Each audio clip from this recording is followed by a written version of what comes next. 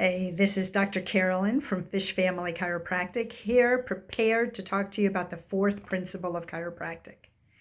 And before I do, I want to give a little reminder about why we're even discussing chiropractic principles and remind you that there are 33, so this is going to take a minute, which is why we're doing it one day at a time, one principle for one day.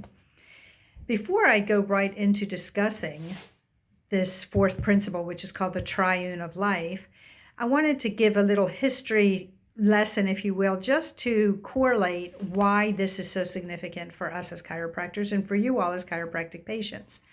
We know that there are so many types of healthcare available to people, and you all have made a choice to allow the best health care for you and your families through chiropractic.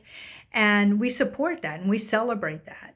And part of the reason we get so excited about what we do and why hopefully it's coming across to you all in our office is the philosophy of chiropractic. The philosophy is what makes this healthcare practice so unique.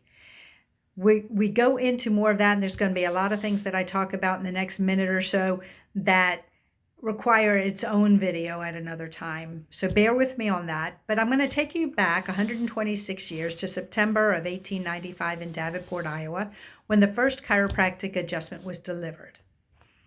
Dr. D.D. Palmer thought he found a cure for deafness because his adjustment helped Harvey Lillard have his hearing restored. More to that another day.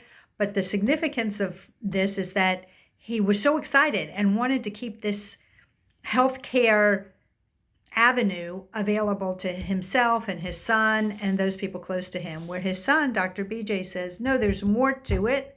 I want to go out and share it with the world, whether it be through a radio station, whether it be through opening up a chiropractic school in Davenport, all these avenues with which to spread the word of chiropractic. So we talked about chiropractic and the philosophy, which is so very important, but there's three spokes to chiropractic, three parts that give it its oomph. We've got the science, which is where we analyze. We take an x-ray or a few x-rays. We do a leg check and look at the neurology. We check posture. We check range of motion. There's all these examinations and opportunities for assessment that make up the science of chiropractic. Additionally, chiropractic is an art. So with the art, that's the technique that we use to locate the subluxation, determine how severe it is, and determine how we're going to go about reducing it until it's not there any longer. And then there's the philosophy. The philosophy is the glue that holds those other two pieces, the science and the art, together under the umbrella of chiropractic. And it's the philosophy that gives us our enthusiasm for what it is that we do. Dr. BJ, from the beginning, studied and incorporated all the science to develop the philosophy of chiropractic. And then Dr. Stevenson encapsulated all those teachings into these 33 principles.